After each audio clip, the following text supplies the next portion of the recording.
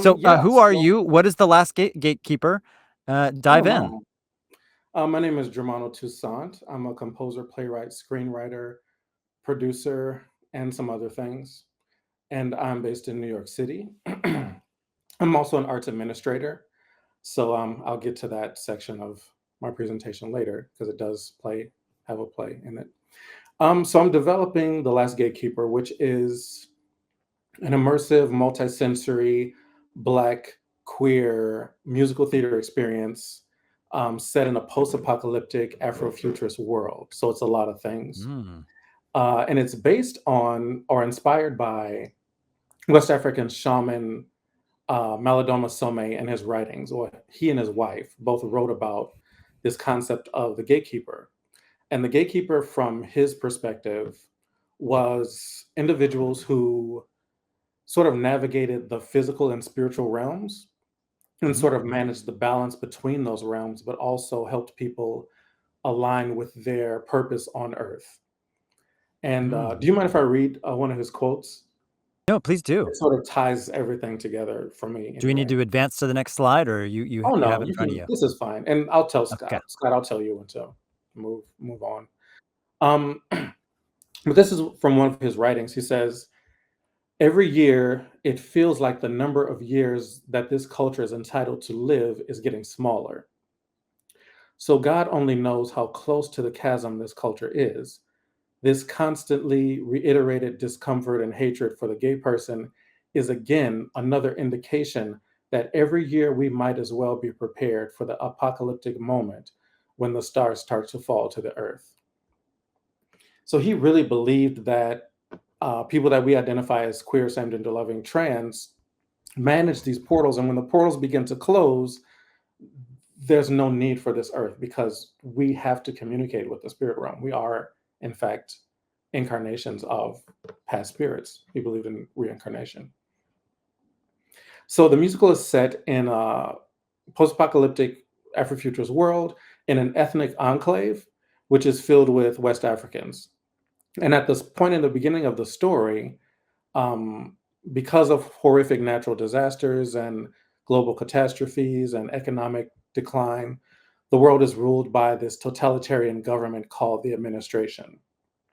And the administration rules with an iron fist. You can be punished for being an activist, being queer, being a part of this underground resistance movement. And there's a second generation West African. Her name is Yermaro, and she is a teacher. She's very pragmatic. She's very practical. She lives with her mother, whose name is Bandome. Bandome is a gatekeeper from Burkina Faso. She believes in spirit. She believes in prophecy, and she is the opposite of her daughter. So they have constant conflicts about how to navigate this new world. So, as practical and pragmatic as Yarmaro is, she has a love affair with the leader of the resistance movement, and she becomes Mm. pregnant. That's not very practical. It's not very practical, but love is blind. It makes fools of us all. So is lust. And it makes for good drama, and It that's makes for what you're good making? drama. It makes for good conflict. So after her lover is killed by the administration, unfortunately, she has to decide whether she's going to give birth to this child. But she's convinced by her mother to give birth to this child. This child's name is Soku. And Bandome believes, because she keeps having visions of this child, that this child is the fulfillment of the prophecy, that this child will be the revolutionary that has been prophesied about, that will cause the revolution to end all revolutions. And Soku he's very sensitive, but he has um, very advanced spiritual gifts, almost supernaturally so. So Bandome takes him under her wing and starts to teach Mm. him to control his powers and to connect with his ancestors. And Yoromaro teaches him to hide because he is the type of person that the administration would love to use as an example, to torture and to kill. Like, he would be Mm. a threat to the administration. So he has this conflict with how he's being raised in this world. And unfortunately, his gifts do bring the attention of the administration, and he ends up losing his family. So the rest of the story is basically him coming to terms with loss, coming to terms with his sexuality, coming to terms with having to fight for his existence, to raise himself alone, and also him fulfilling his gift, him fulfilling his purpose and his destiny of Oh, being this cool. last gatekeeper. So I wrote And this. Oh no, go on. Yeah. just a quick question. Uh, whenever there's like a supernatural, sci-fi kind of project, I think the details of the story world are it's part of the fun. These supernatural powers, is it to open these portals to another dimension? That's kind of the vibe I'm getting. What are this Yeah, but kid's? don't What can he do? Like I don't lasers put it. out of the eyes? Like what kind of powers does he have? So the first inkling that he has powers is the administration tries to take his family for the first time, and he is possessed by the spirit of one of his ancestors. And there's a Mm, song that's called "They Lied to You." So he has this big speech about, they lied to you. They told you that you could rule this world. They told you that you had no flaws, but your kingdom will one day end. And it's not him speaking; it's the spirit of his ancestor who is mm, prompting him and warning him of the shoes that he will have to fill, mm, of his mm, purpose. Um, Another is he can animate. There's a device called the box, which is in every hub residence, which is created by the administration. And that's how you get every bit of information. All your news, mm, everything is from this box. That's all the mm. communication you can have. He is able to animate that and speak through these boxes.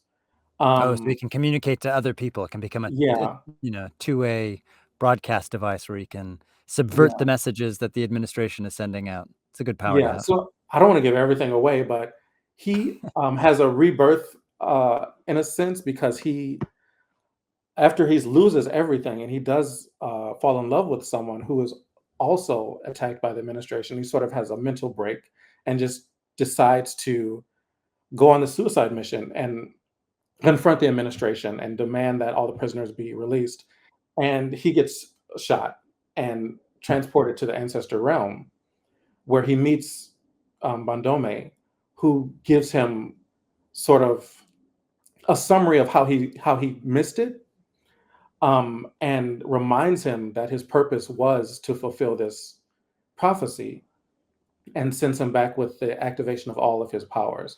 So when they try to kill him again, they shoot him, and instead of bullets, it'll be like flowers come out of the gun Ooh, and that's a fun device. I like throw a that. grenade, and it bursts into like colorful bright lights. Oh, that's great. So there's a lot of high tech, multi-sensory. And this is going to be a stage production because I know we gave you a grant a couple years ago, and you produced some stage version. The ultimate, yeah, version of this will be a stage production, right? Yeah, yeah. So I'm in the midst of preparing for the fundraising stage of this, I can't wait because to see I'm whatever now. effects you can come up with to make flowers come out of guns and grenades to Yeah, turn so it's into not colorful that part explosions. isn't the difficult part. I mean, Yeah. there'll be 3D projections throughout it'll be a Mm. domed venue. So sort of Oh, like if you think cool. of a smaller sphere in the Las Yeah, yeah. Vegas sphere. Yeah, yeah, yeah. So it'll be something that we'll have to find sort of a warehouse and sort of outfit that the way Yeah, that yeah. we want, because I don't think a theater is gonna let us So a do lot that. of the visual effects will be, 3D projection mapping. 3D projection mapping on stage. I'm still on the fence with the holographic characters that I would like, because I would like the Mm. ancestor spirits to be holographic three-dimensional characters. Ooh, that'd But be good. there's an issue with lighting, and when Mm. light hits that character, it sort of like ruins the effect, Yeah, yeah. especially with the projection mapping. Um, but for instance, in the beginning, I sort of have this summary of how the world collapses with like there'll be a tidal wave that sort of washes over the audience. And then Mm. because we'll have motion seats and multisensory technology in the seats, the audience will get a little splash of water as the wave tumbles over them, and the seats will like tilt. Ah, that's Um, so cool. the highlight is when he gets shot and transported to the spirit realm. It's sort of like, okay, here's the ride.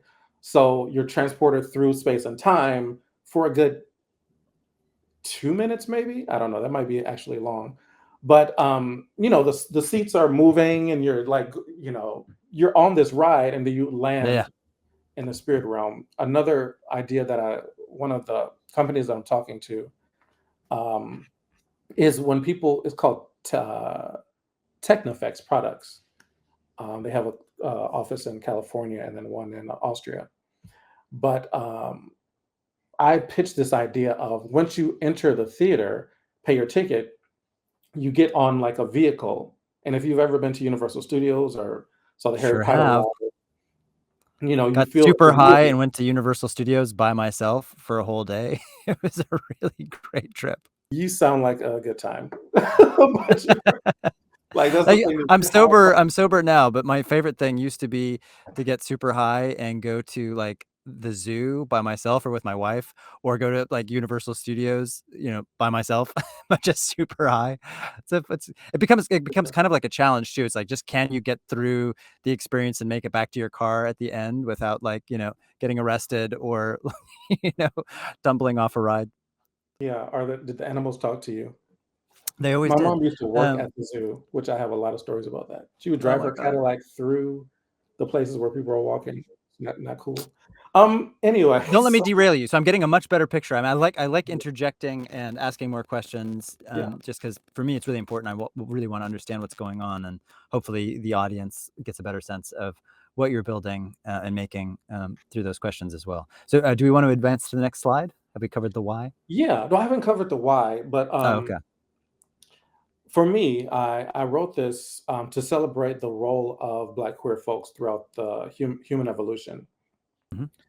So specifically, more recently in this country, we've had Black queer heroes and sheroes like Audre Lorde, James Baldwin, Angela Davis, Bayard Rustin, who, of course, was pivotal in the organization of the March on Washington, worked Mhm. closely with Dr. King, and many, many, many others who sort of led us through pivotal cultural, social, political movements, and also to edify queer folks around the globe that whatever sort of pressure they're feeling to not be their full selves, there was a place for queers, SGL, same gender loving trans folk in communities around the globe before the world was colonized.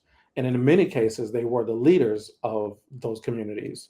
And there's a lot of research Mhm. on that.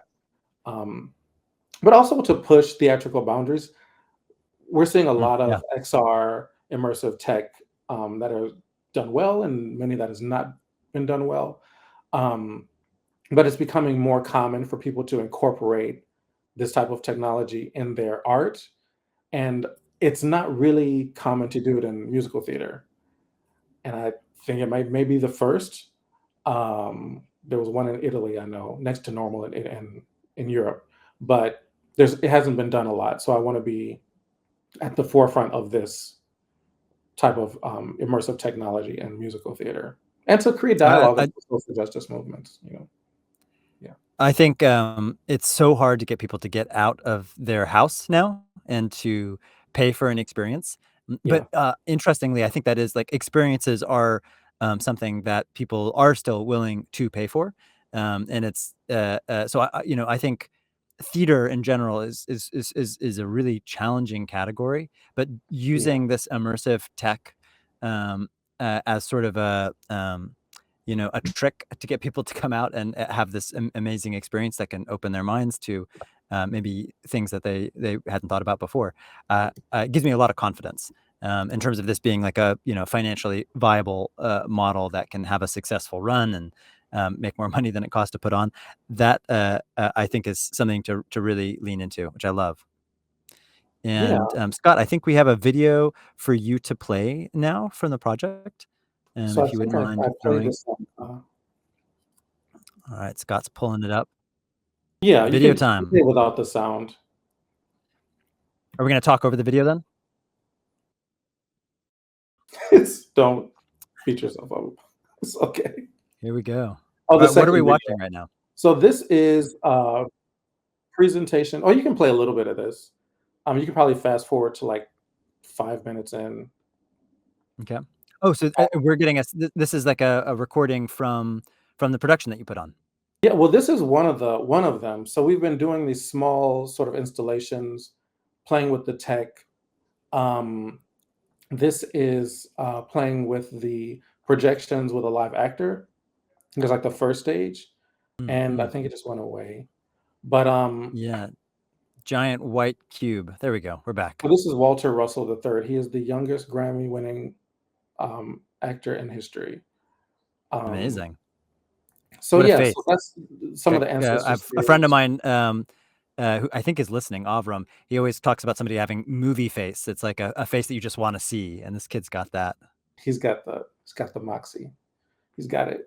Um, but yeah, very decorated actor. But he has been Young Soku since he was young. Now he's a teenager.